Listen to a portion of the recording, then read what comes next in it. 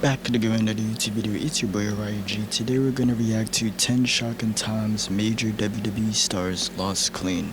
We're gonna react to 10 shocking times major WWE stars lost clean. Let's get right into the video. Travel with Expedia, earn one key. We have an advertisement to start off. 2 ads. Exclusive WWE. Andy Orton. Come on, really? What just happened? When you get to the ultra-exclusive WWE Main Eventers Club, you soon find out that the creative team will do everything within their power to have you avoid losing matches cleanly. Sure, you might take an L because the other guy cheated or some other circumstance that protects you, but rarely will you get beaten fair and square. Rarely, but not never, as everybody, even the tippity-top guys, eventually loses clean unless you're that Ultimate Warrior guy.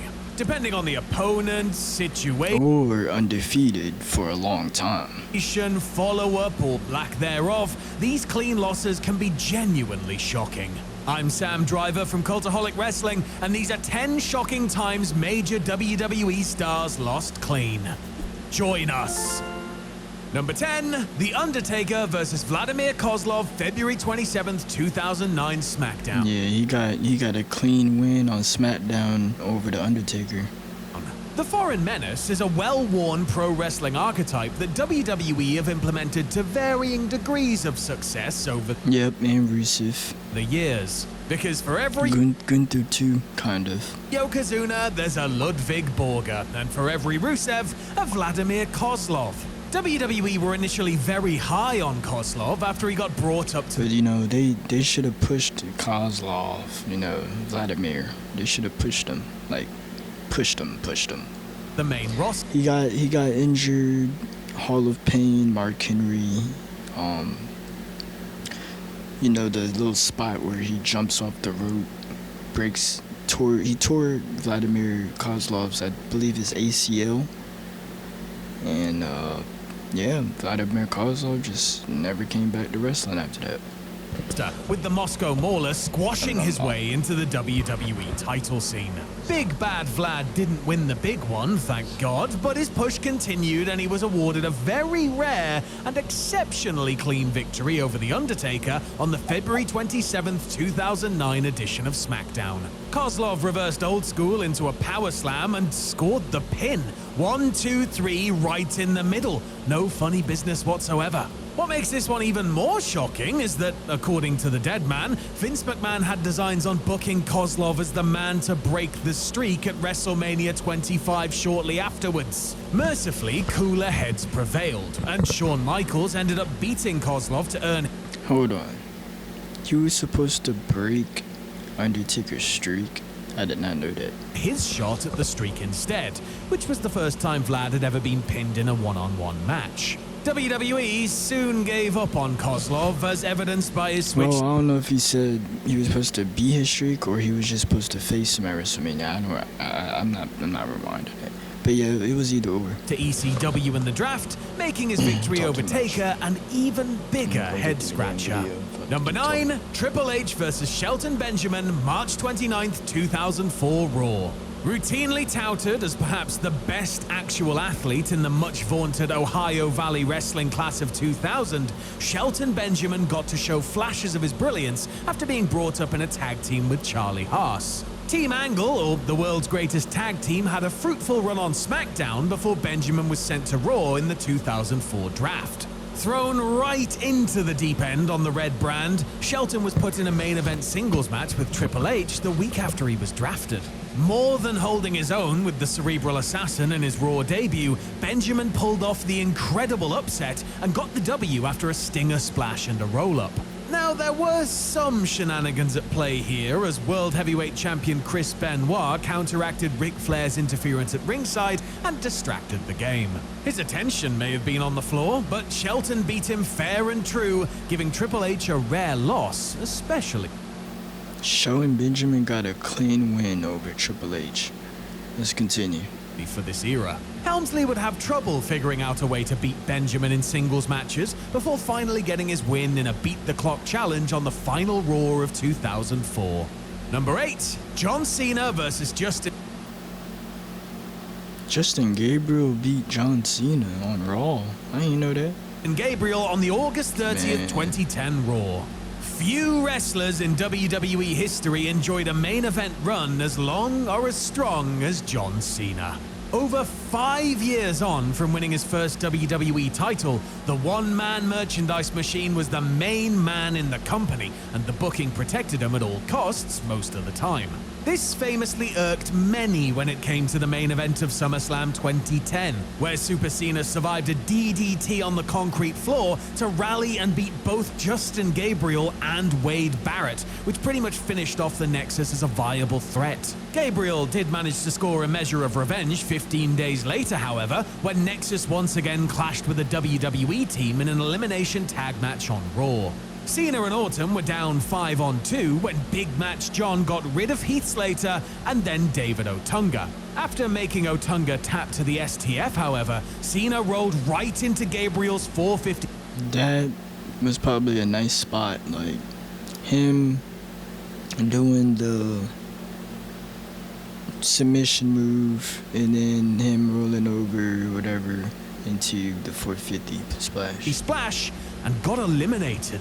I'm sure you'll all be shocked to learn that Cena wrestled and beat Gabriel cleanly in a singles match on Raw the following week. Number Advertisement. Can't skip it. It's cool though. This one, can't skip this one either.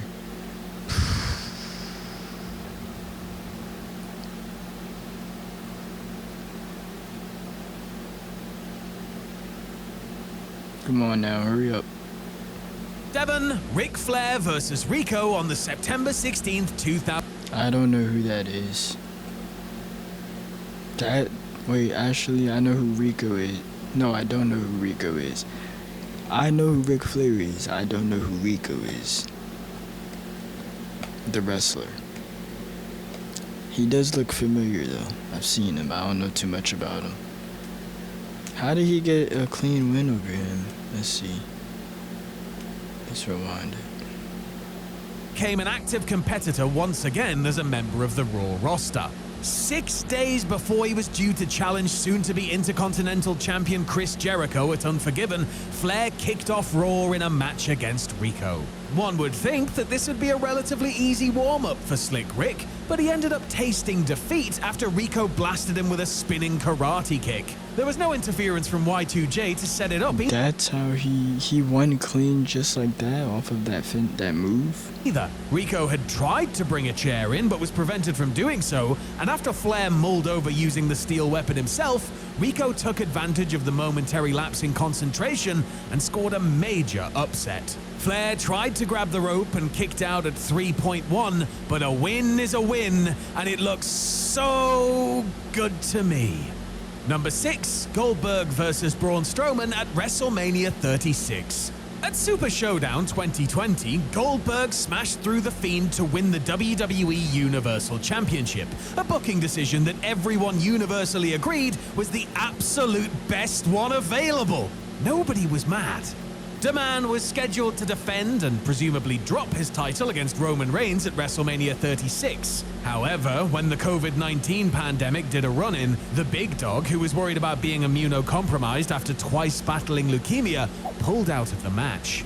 WWE instead turned to Braun Strowman as Plan B. Considering he was just thrown in there as a challenger and had a rotten record when it came to Universal title matches, most people assumed the monster among men was doing the JOB so that Goldberg could properly drop the strap to Roman at a later date.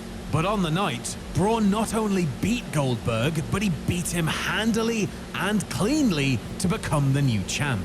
Goldberg had put some people over since his return, notably Brock Lesnar and The Undertaker, but it was still a shock to see Strowman, of all people, beat him clean. Braun's win made subsequent Goldberg losses against Drew McIntyre, Bobby Lashley, Reigns, and finally Gunther.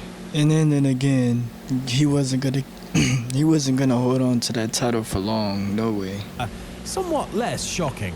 Number 5, The Undertaker versus Kama Mustafa on the June 16th, 1997 Raw. From the very get-go, few characters in WWE history were as protected as The Undertaker, who rarely ever lost and almost never lost cleanly. If you wanted to beat the Phenom, then you better call your friends to help or bash his head in with a blunt object or bury him alive or something, because the man was not going down without a fight. Unless he was wrestling his best mate, in which case a single uranagi would do the job. On the June 16th, 1997 episode of Raw, Taker, who was WWE champion at the time, was teaming with Ahmed Johnson against Farouk and Kama Mustafa in what was Charles Wright's first WWE match since the 1996 Royal Rumble, which he entered as Kama the Supreme Fighting Machine. The story was that Taker didn't have the chance to tag out as Ahmed was beefing with Paul Bearer at ringside, but that doesn't disguise the fact that Kama fairly beat him up and pinned him with relative ease. I guess when you're BSK for life, Mark Calloway is happy to stare at the ceiling for you, unless you're naked Midian, in which case you simply must put on a pair of pants. Number 4, Bret Hart versus Owen Hart at WrestleMania 10. At WrestleMania 10, Bret Hart was focused on regaining the WWE title when he met the winner. WrestleMania 4, Bret Hart versus... Okay, I see why. I see this. That makes sense. This pick right here. Owen Hart, Bret. Everyone would have thought Bret Hart would have won this match, but Owen Hart. I'm not even gonna say the AQ. No. Owen Hart. R.I.P. Bret Hart, Owen Hart.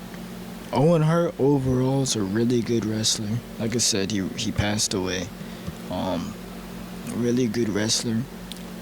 I didn't never watch, grew up watching him or not, but I know that in ring he's a good wrestler, Owen Hart. But no one would have thought Owen Hart was gonna beat Bret, unless some people did think that. Owen Hart at WrestleMania 10. At WrestleMania 10, Bret Hart was focused on regaining the WWE title when he met the winner of Yokozuna vs. Lex Luger in the show's main event. But before he got there, however, the Hitman had a little bit of family business to attend to. Namely, whooping his younger brother Owen's ass in the show's opener. The jealous Rocket had famously kicked his elder sibling's leg out of his leg and was determined to show that he wasn't just as good, but even better than the best there is, was, and ever will be. Given that Bret was a former WWE champion challenging for the title later that night, and Owen had to this point been an entertaining mid-carder without... My bad, I'm handling business. I'm trying to figure out, okay, this match had famously kicked his elder sibling's leg out of his leg and was determined to show that he wasn't just as good, but even better than the best there is, was, and ever will be. Given that Bret was a former WWE champion challenging for the title later that night, and Owen had to this point been an entertaining mid-carder without much of a push, all signs pointed to the excellence of execution getting his hand raised on the grandest stage. But in a shocking outcome, Owen cleverly countered his brother's victory roll and walked out the winner.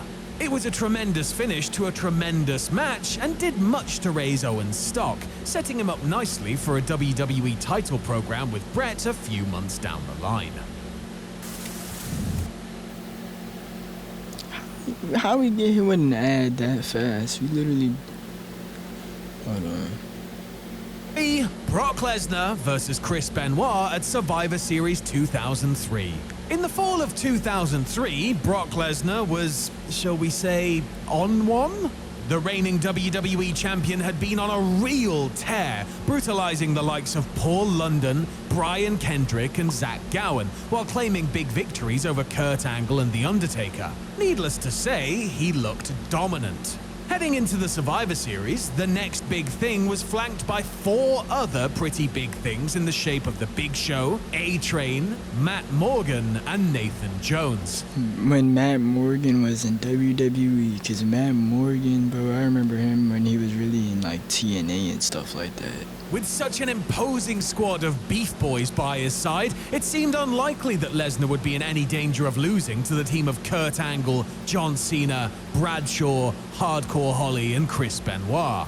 But in the end, it got down to Brock and Show against Cena and Benoit, when, almost out of nowhere, the Rabid Wolverine slapped on the Crippler crossface and made the champ tap out. This was shocking for many reasons. 1. I did not know that Chris Benoit made Brock tap out. Lesnar wasn't even the final man. 2, he tapped out. And 3, he tapped out to Benoit, who may have been an excellent and popular wrestler in his own right, but was by no means a main eventer at that time. Number 2, Hulk Hogan versus Kurt Angle at King of the Ring 2. Alright, we're gonna stop it here because we got things to do, like, you know what I'm saying?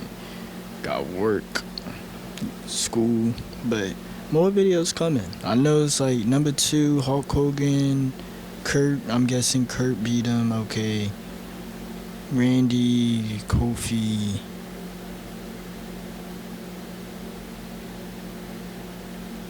I think, yeah, 2014. I think it was like a roll-up pin or something. But, yeah. That was 10 shotgun times major WWE stars lost clean. Tell me what you guys want to see next in the comments down below. I got more videos coming. Subscribe, like, comment, and Uriah out.